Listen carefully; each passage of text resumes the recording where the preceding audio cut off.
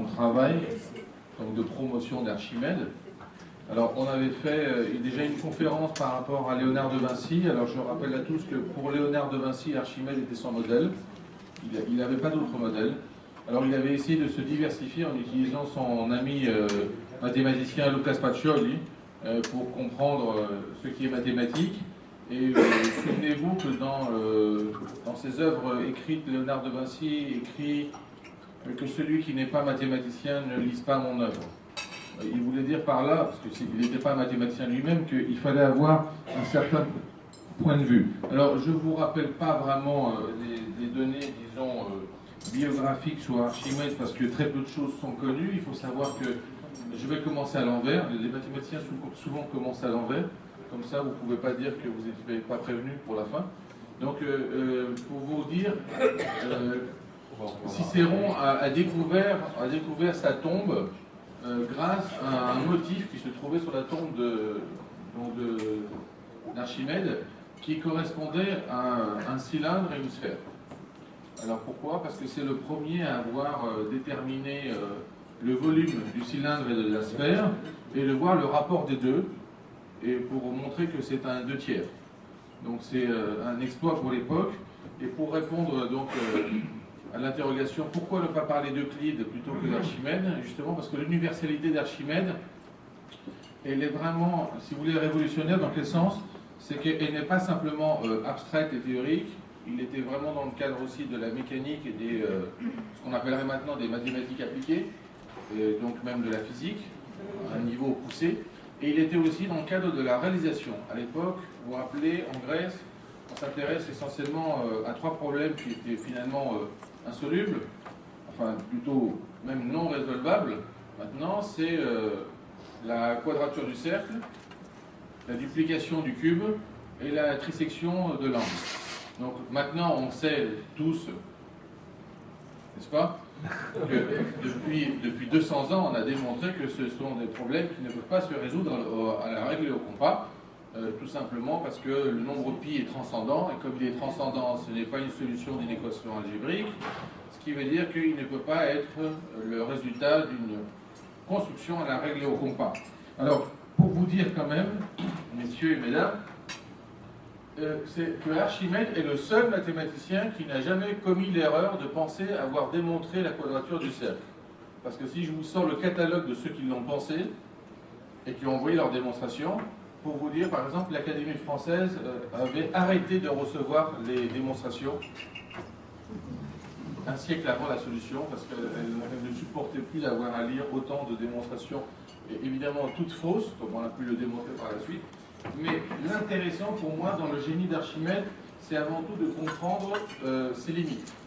C'est-à-dire que c'est le premier mathématicien qui arrive à comprendre rapidement qu'un problème n'est pas résolvable classiquement, et alors il a dit qu'est-ce que je peux faire comme équivalent. Alors on va essayer de voir un peu son cheminement. Donc là vous avez des représentations, vous vous rappelez, je vous ai dit je commencerai par la fin, donc en haut à gauche vous avez la représentation du soldat romain qui va le tuer. Donc c'est un peu, si vous voulez, d'ailleurs il faut que je fasse la promotion de la Grèce en ce moment. Donc vous voyez, la différence c'est qu'en Grèce on faisait des théâtres antiques, avec Rome on faisait du cirque. Et là, voilà. Et donc là vous avez l'équivalent, donc d'un côté vous avez, alors ne souriez pas trop, on est quand même dans une phase gallo-romaine ici, donc à gauche donc vous avez Archimède qui est en train de faire des travaux sur ces cercles, donc d'où l'expression ne touchez pas à mes cercles. Donc vous avez une version différente en France depuis quelques temps, mais à l'époque c'était juste sur les cercles. Et malgré ça, eh bien, il va être tué par le soldat qui va être lui-même tué par son général. C'était une façon, disons, romaine d'expliciter la valeur d'Archimède. Parce que normalement on ne devait pas le tuer. Et l'autre, quand il a voulu l'arrêter, Archimède a simplement répondu « Ne touchez pas à mes cercles », il était en train de faire des calculs. Et donc voilà. Voilà, ça l'a agacé le reste. Alors, pour vous montrer donc un exemple classique, donc vous voyez la spirale d'Archimède, donc on va prendre différents objets qui ont été inventés par Archimède, qui n'était pas concevable avant. Alors la spirale d'Archimède, si on la voit comme ça, souvent elle est décrite comme quelque chose de relativement élémentaire. La spirale d'Archimède, c'est ce qui permet de transposer la quadrature du cercle sur un élément de longueur. Alors je la refais en plus français. Qu'est-ce que je veux dire par là? C'est que normalement la quadrature du cercle, c'est comment construire un carré qui a la surface d'un disque. Bon, et ce que disait Archimède, c'est que si on utilise une spirale d'Archimède, on peut retrouver l'élément de longueur du carré. Si on a l'élément de longueur, on pourrait le construire. Mais ce qui est très beau dans ce qu'il a fait, c'est qu'il a montré que les deux problèmes sont équivalents. En fait, ils sont ni l'un ni l'autre résolvables. Mais l'équivalence est résoluble. Vous voyez? Donc il dit, si je sais faire ça, je sais faire ça. Si je fais faire ça, je sais faire ça. Ça c'est équivalent. Mais aucun des deux n'est possible. Alors que tous les autres ont pensé qu'ils avaient réussi à faire l'un, ou vous avez réussi à faire l'autre, etc. Et le modèle mathématique qui permet de passer de l'un à l'autre, c'est la spirale d'Archimède. Alors la spirale d'Archimède, vous la voyez aussi, justement, donc ce n'est pas des choses complètement incongrues. On les voit très bien dans les araignées. Alors retenez bien aussi que souvent, au départ, les physiciens avaient une tendance à dire que les araignées construisaient ça en exploitant la gravité. Et puis comme on a fait des tests au niveau de la NASA hors gravité, les araignées sont capables de refaire les spirales d'Archimède, même en apesanteur. Évidemment, ça, on ne savait pas au début. On pensait qu'elles utilisaient essentiellement la gravité. Donc, ça vous donne ça, vous voyez, c'est vraiment un maillage qui est tout à fait représentatif. Et finalement, si vous réfléchissez de façon un peu plus objective, les éléments de longueur sont relativement conservés. Ça permet aussi de faire ce qu'on appelle des spirales à 4 foyers. Vous savez qu'on peut construire une spirale à 4 foyers en utilisant uniquement le compas avec des éléments donc circulaires. Un autre domaine très important, c'est ce qu'on appelle la vis d'Archimède. Alors vous le voyez avec l'élément qui est mobile. Tout en bas, vous avez donc, c'est une hélice, hein, souvent ce qu'on appelle une vis. Alors au départ, c'était un appareil prévu pour faire remonter l'eau. D'accord? Donc avec simplement un élément de rotation, la faire remonter. Ça a été encore plus étudié par Léonard de Vinci, qui a combiné deux éléments de vis d'Archimède pour monter encore plus haut. Parce que vous voyez, l'angle doit être quasiment à 45 degrés, donc vous avez un élément de longueur si vous voulez aller en hauteur. Et c'est exactement la même vis que vous avez dans les tire-bouchons. Alors vous avez remarqué que dans les tire-bouchons, vous avez deux sortes de tire-bouchons. Il y a un tire-bouchon linéaire, qui est celui qui perce moins le bouchon. Hein. Là, je pense qu'on a des spécialistes, enfin, un par l'un. Voilà. Donc, et vous avez aussi des tire-bouchons qui sont remplis. C'est-à-dire que le premier qui est en haut à gauche, il est moins rempli que celui de gauche. Alors, de droite. Celui qui est de droite, qui correspond plus à la vis d'Archimède concrètement, c'est aussi un élément qu'on retrouve dans les voitures, dans les éléments mécaniques, pour avoir une rotation croisée. On l'utilise aussi pour des produits très épais. Donc, par exemple, ça peut être des éléments d'argile pour faire remonter de l'argile sans le faire monter, simplement en mettant en rotation. Alors l'avantage du tire-bouchon linéaire, c'est qu'il détruit moins votre bouchon. L'autre, en tout cas, il peut l'enlever, même s'il est a priori coincé. Voilà. Donc ça, c'est le stomachion. Alors le stomachion, c'est un élément un peu surprenant. Alors ça devrait faire penser au tangram, si vous connaissez un peu, donc avec nettement moins d'éléments. Alors donc c'est un élément, un carré, composé de 14 pièces, et on pourrait se poser la question, à l'époque la question d'Archimède, c'est de combien de façons différentes on peut le réaliser, ce carré. En fait, on connaît la réponse depuis 2003, c'est 17 152. Alors pour ceux qui ne le croient pas, les voilà. Voilà, donc évidemment ça a été fait par un algorithme mathématique et ensuite une implémentation informatique pour montrer que ces figures ne sont pas isomorphes. Mais ce qui est important au niveau d'Archimède, c'est que c'est le premier problème de combinatoire. Avant, on n'avait jamais eu un problème de combinatoire, à savoir donc avoir un objet a priori géométrique avec des composantes géométriques, mais l'important c'est la combinaison de l'ensemble et construire toujours un rectangle. Donc ça c'est le stomachion et ça pose des problèmes très délicats au niveau du numérique. Vous vous rappelez qu'à l'époque d'Archimède, on n'écrit pas, on n'a pas une écriture romaine, qui même elle-même, même quand elle est soustractive, pose des problèmes dans la multiplication. On a une écriture additive avec le segment, le pi, le delta, et c'est un grand problème juste simplement pour coder les chiffres. Alors là, je vous montre, si vous voulez le refaire, je le laisserai à ça, par exemple un tapis stomachion, hein, et alors il ne faudra pas le découper, mais l'idée c'est, si vous remarquez bien, les endroits où il y a les intersections, c'est toujours sur des carrés entiers, ce qui permet d'avoir énormément de reconfigurations possibles à partir de l'objet initial. Alors, là, vous voyez quelque chose d'un peu plus surprenant. Vous connaissez tous, j'imagine, les solides platoniciens. Vous vous rappelez qu'il y en a qui sont au nombre de 5. Donc, on a le tétraèdre, on a le cube, on a l'octaèdre, le dodécaèdre et l'icosaèdre. Alors on peut démontrer assez facilement avec de la théorie des graphes que ce sont uniquement ces 5 solides. Alors ça correspond pour moi. C'est la généralisation des polygones canoniques. Donc là on a des polyèdres canoniques, donc qui sont uniquement composés de surfaces identiques dans le cadre de Platon. Et puis on a une autre version qui est due à Archimède. Donc on va voir un peu plus ces éléments. Eh bien, là, on a une combinaison, finalement, ça va nous engendrer 13 nouveaux objets. Donc, au départ, a priori, très surprenant, mais si vous voulez, c'est une généralisation des solides platoniciens. Donc là, vous pouvez les voir dans leur ensemble avec une autre configuration.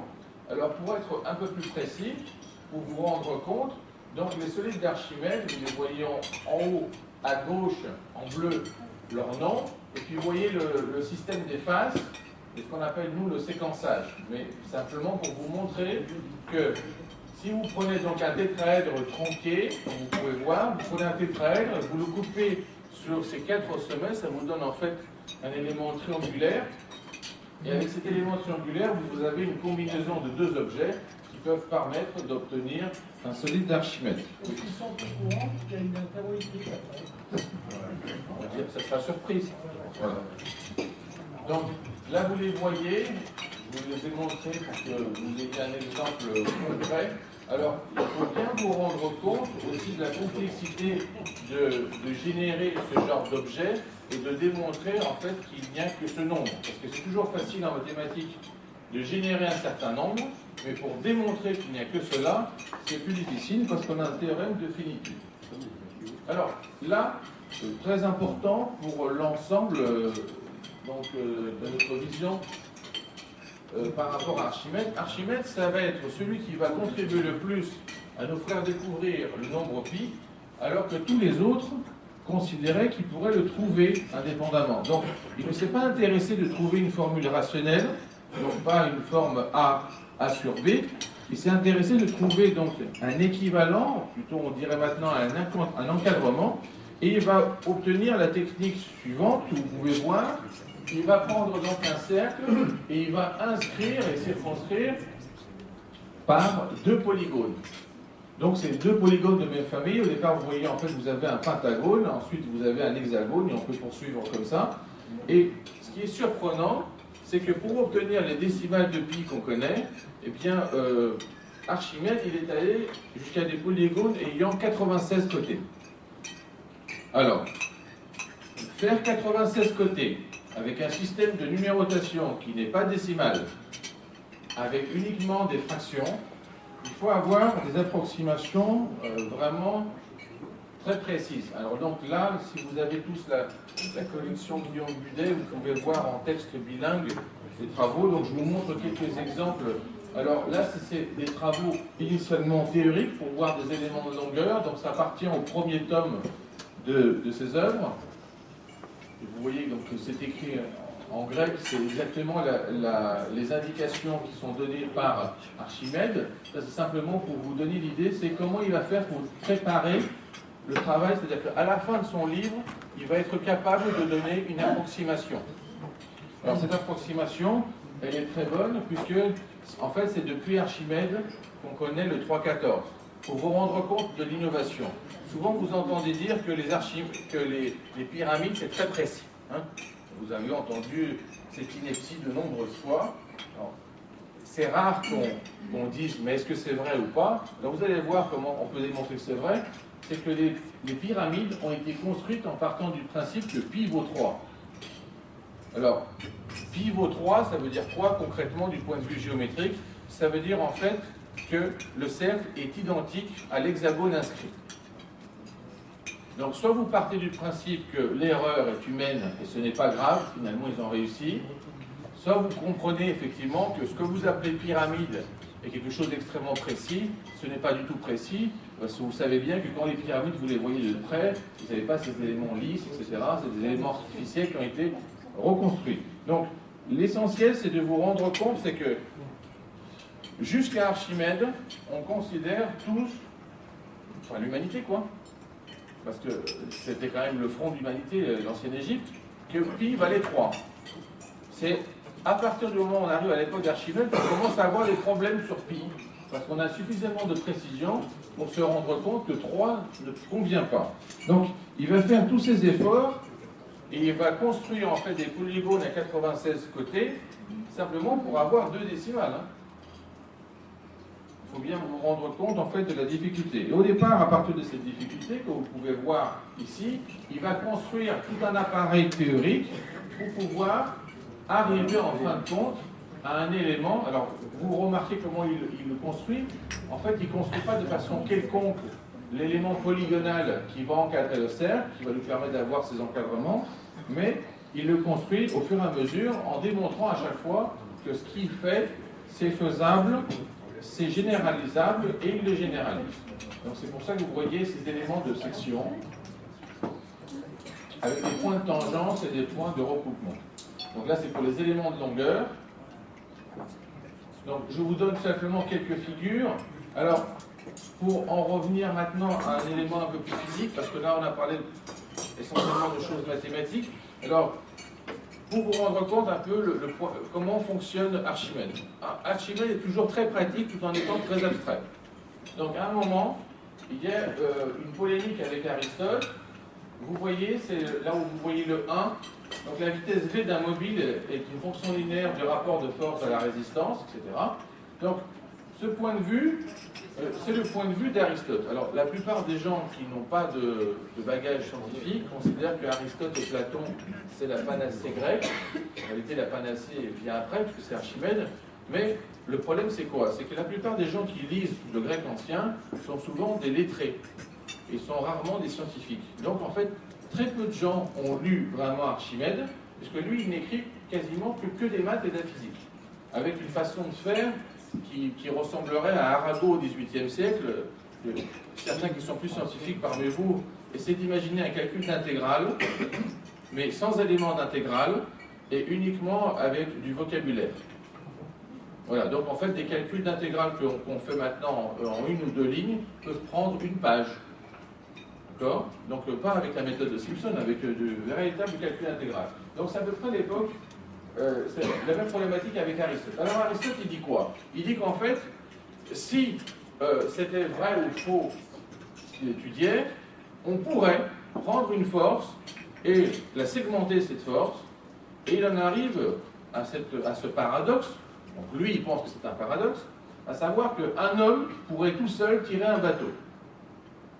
Il dit, si c'était vrai, on pouvait segmenter une force et la rendre par un système quelconque accessible avec cette segmentation, alors un seul homme pourrait travailler sur les segments, avec la multiplicité des segments, il pourrait faire cette expérience. Alors, quand on le lit la première fois ce texte, on a l'impression qu'il nous dit simplement que l'homme pourrait tirer un bateau. D'accord? Alors, si vous avez un minimum de connaissances en physique, vous vous rendez compte que c'est évident, on peut le faire. Pourquoi? Parce que vous êtes sur le port stable, le bateau il est sur l'eau, vous allez tirer, ça sera très lent, mais au bout d'un moment, le bateau, comme il n'a pas de résistance due à son élément hydrodynamique, eh bien, il va finir par arriver. Mais en réalité, la problématique qui est mise en place par Archimède ensuite, c'est qu'il ne s'agit pas de déplacer le bateau dans l'eau, il s'agit de l'enlever de l'eau. C'est un peu différent. Vous voyez, il y en a tout de suite, il y en a certains qui disent voilà. Alors, cette différence, eh bien, elle est fondamentale parce que Archimède, il a un ami, un tyran, Sicile, et il va lui demander de lui prêter son bateau. Donc un bateau grand, hein. Voilà. Donc, et il va inventer ce qu'on appelle le polispastone. Alors le polispastone, ça correspond à quoi? Ça correspond en fait à un mélange, donc ça je vous l'enverrai, c'est un mélange de différentes poulies. Alors vous voyez par exemple, là on met en évidence que si vous combinez les poulies et vous voulez lever un poids de 100 newtons, avec la combinaison qu'on vous montre, vous pouvez tirer uniquement avec du 25 newtons. Donc en tirant sur du 25 newtons, vous pouvez quand même lever du 100 newtons. Mais il faut vous rendre compte qu'à l'époque, c'était la première fois qu'on faisait des combinaisons de poulies. En général, on faisait une poulie. Et on trouvait déjà que c'était génial parce que ça permettait de tirer pas du même côté. Alors, l'appareil inventé par Archimède incorpore en fait 7 éléments de poulie. Et c'est ce qui lui a permis en réalité de lever le bateau. Donc concrètement comment ça se passe? En fait vous avez Archimède, enfin l'équivalent d'Archimède qui tourne simplement comme ça. Voilà. Alors il fait énormément de tours évidemment et le bateau lève de 1 cm. Et ça continue comme ça, donc c'était pour démontrer. Mais l'important, c'est que Archimède, même à l'époque d'Aristote, où Aristote était considéré comme une sorte de Dieu, il disait, ben, si Dieu dit vrai, il faut que je le voie. Et alors, donc, il part d'un raisonnement a priori générique et scientifique, théorique je veux dire, et après il dit, bon ben alors, il nous dit qu'on peut aussi faire cette expérience. Il a non seulement cassé le raisonnement, en montrant qu'Aristote s'était trompé, mais il a même montré de façon physique qu'on pouvait effectivement le faire en inventant un appareil. C'est-à-dire qu'il ne s'est pas contenté de trouver, si vous voulez, une réfutation au théorème, il a trouvé une manière précise et constructive de le démontrer par sa négation. Alors, là vous voyez en fait, donc, vous voyez juste les numéros, c'est pas grave, vous voyez en fait que l'encadrement qu'il donne, c'est 3 et plus 10 divisé par 71 et aussi 3 plus 1 septième.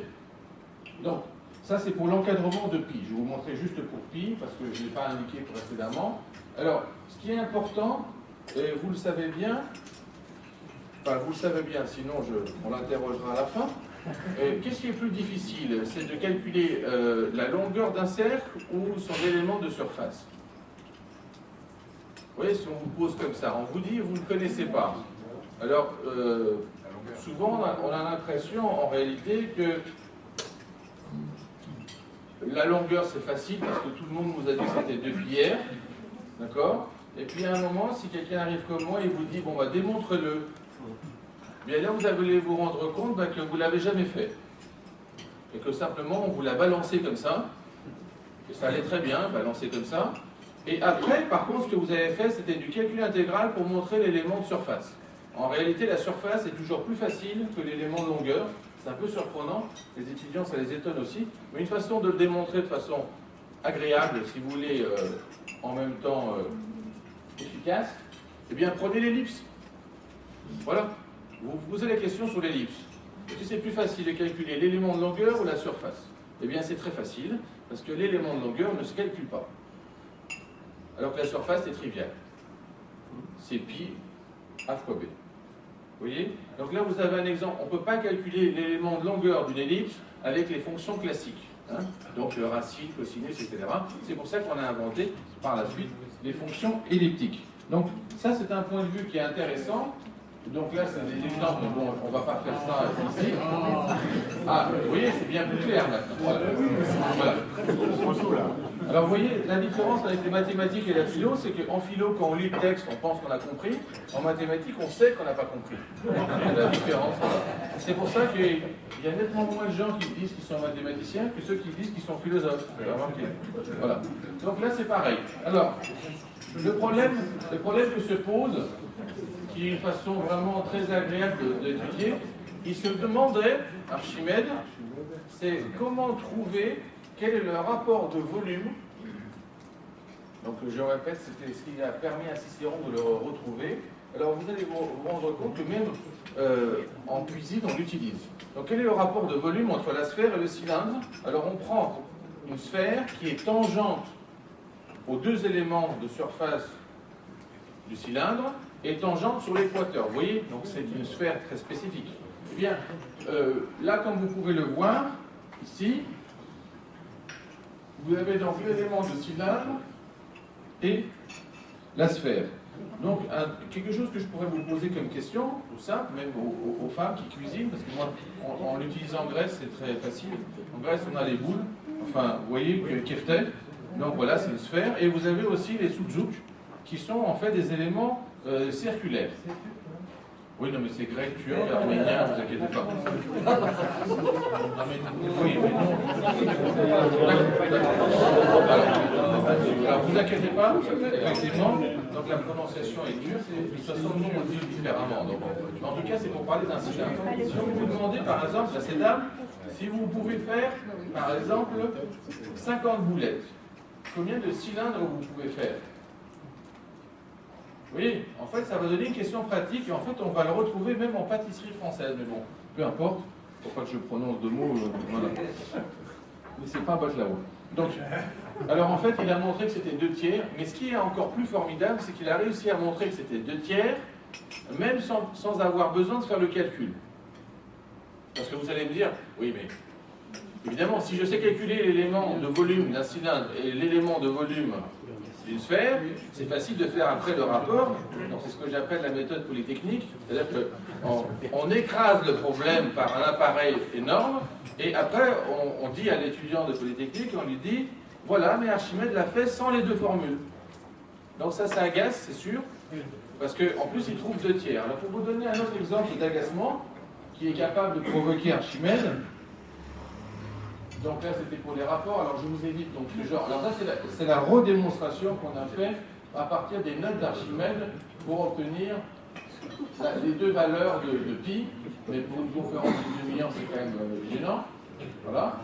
Mais en tout cas, ça existe, hein, donc on peut le faire. Alors là, c'était pour l'irrationalité, mais on l'enlève aussi. Par contre, là, maintenant, on arrive à ce que je veux.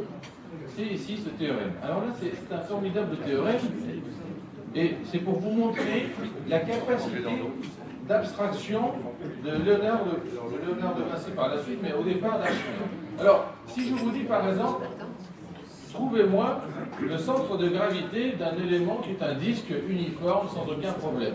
Bien, vous allez tous répondre, même sans pouvoir le calculer, que ça doit se trouver au centre, pour des raisons de symétrie. D'accord? Parce que, imaginez que vous le mettiez ailleurs, vous avez décidé de le mettre ailleurs, donc en fait vous faites après une rotation et cet ailleurs va se déplacer, et finalement vous êtes obligé de le mettre au centre. Voilà. Eh bien, Archimède s'est posé la question suivante. Où se trouve le centre de gravité d'un demi-disque? Alors là, vous allez tous me dire qu'il est là. Certainement, il est par là. Alors après, donc, je parle surtout pour les plus maths-appli et physique, ils vont me dire qu'il est plus à droite qu'à gauche parce que, bon, hein, d'accord. Et puis après, on va leur dire, ben, voilà, mais trouvez la valeur. Et, alors que ça a l'air d'être un problème de géométrie élémentaire, très agréable, eh bien, c'est difficile à mettre en place, mais